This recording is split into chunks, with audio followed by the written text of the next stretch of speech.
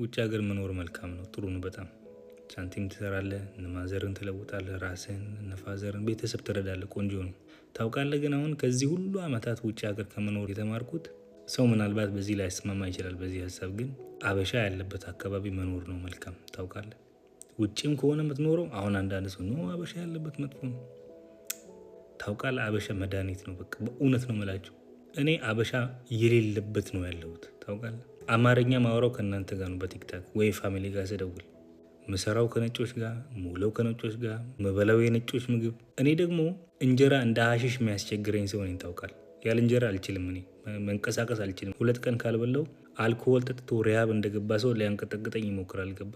አሁን ዛሬ እራት ወተን ነው የመጣ ነው እና እንደዚህ ለብሳችሁኑ ጫማችሁን እንትን በሉ የሚባልበት ቦታ ነው። 6 ኮርስ ሚል ምናምን የሚያቀርበው ቦታ ነው። ትንሽ የሆነች ኦኬዥን ስለነበረች ነው የወጣ ነው እና ከበላን በኋላ ጥሩ ነው ያስከፈሉን ደህና አድርገው።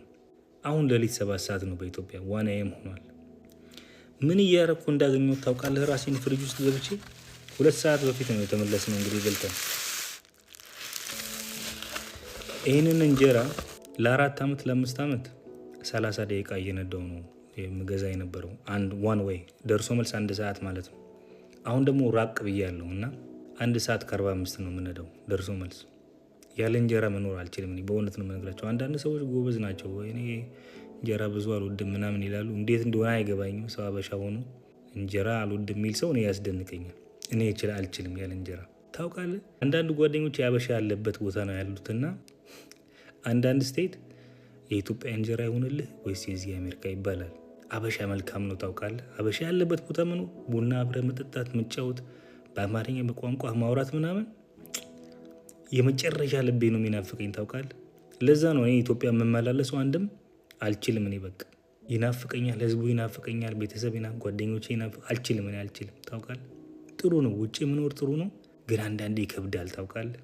አንተ ይህንን ሁሉ ብር አፍስሰህ እራት በልተህ መጥተህ ውጭ ተመልሰህ ፍሪጅ ስትጎረጉር ከተያዝክ ይሄ አሽሽ ነው እንጂ ሱስ ይዘዋል ማለት እኮ ገባ። እንጀራውን መጋገር ደግሞ ትንሽ ያስተምራን ነበር አክስቴ እዚህ እያለች ጠፋኝ። አሁን ደግሞ ገና እኮ ከሄደች 2 ሳምንት አልሞላትም። እሷ እየጋገረች ታበላን ነበር። አሁን እኮ ታውቃለህ ዝም ብዬ እያሰብኩት እንዲህ መኖር አልችልም። እንዴ ታውቃለህ አንተ ሀገር ይናፍቃል ታውቃለህ፣ ህዝብ ይናፍቃል። በጣም ከባድ ነው። ወይም አበሻ ያለበት መጠጋት አለብኝ ወይ ሀገር ጠቅልዬ መግባት አለብኝ። በእውነት ነው የምላችሁ። የነማዘር ናፍቆት እንዳለ ሆኖ የህዝቡ ታውቃለህ የጨዋታው የመተዛዘኑ ምናምን ይህን ስታስብ አው ጥሩ ነው። ጥሩ እየሰራን ነው፣ ጥሩ እየበላን ነው፣ ጥሩ እንነዳለን ምናምን። ግን ነፍስ እሱን ብቻ አትፈልግም ታውቃለህ። አንዳንዴ ከባድ ነው።